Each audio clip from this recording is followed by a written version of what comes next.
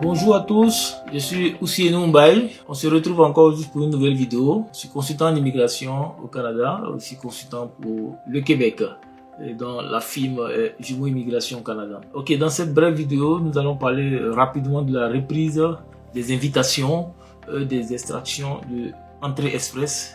Et on va terminer aussi par la politique d'intérêt public pour les visiteurs. Ok, entrée express, beaucoup de monde pensaient que l'entrée express était suspendue, mais l'entrée express était en pause. Et dans le 22 avril dernier, le ministre de l'immigration a fait une annonce disant que la reprise des travailleurs qualifiés étrangers va reprendre, la reprise des invitations. En fait, c'est cette partie-là où on invite un grand nombre à déposer le dossier des résidents permanents. C'est ce qui va reprendre. Mais sinon, l'entrée express n'était pas en réalité en pause, puisque ça continue à travers les employeurs, à travers la politique des provinces. Les provinces utilisaient toujours l'entrée express pour donner des invitations. Et donc, on en a reçu plusieurs. Donc, la bonne nouvelle, c'est que la grande partie des invitations, ou chaque 2 semaines, ou chaque mois où le Canada va inviter plus de 3000 candidats à déposer leur demande de résidence avant d'être approuvés, va reprendre en juillet selon eux.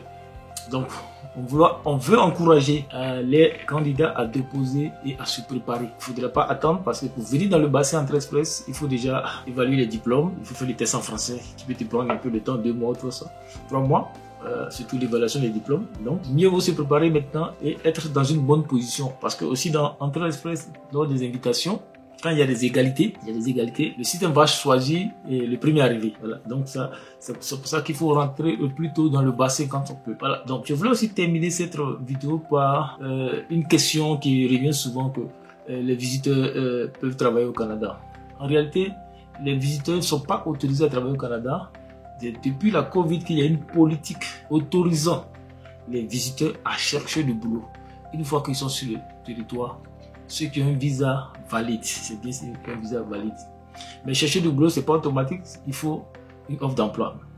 Donc c'est la même chose quand on cherche du boulot en dehors du Canada, mais sauf que quand il est ici, il va dire à l'employeur qu'il est là. Et l'employeur va aussi bien faire la procédure de EIMT aussi toujours, étude d'impact sur le marché. Ou bien si c'est un francophone, il va bénéficier de la mobilité francophone. Voilà, si il a un emploi hors Québec, parce que la mobilité francophone ne fonctionne pas au Québec, dans toutes les provinces sauf le Québec. C'est une politique pour encourager les employeurs à prendre beaucoup de francophones au Québec, que les francophones puissent s'installer en dehors du Québec. Donc voici un peu cette vidéo où je voulais parler de la reprise des invitations Entrée Express et de cette politique de visiteurs.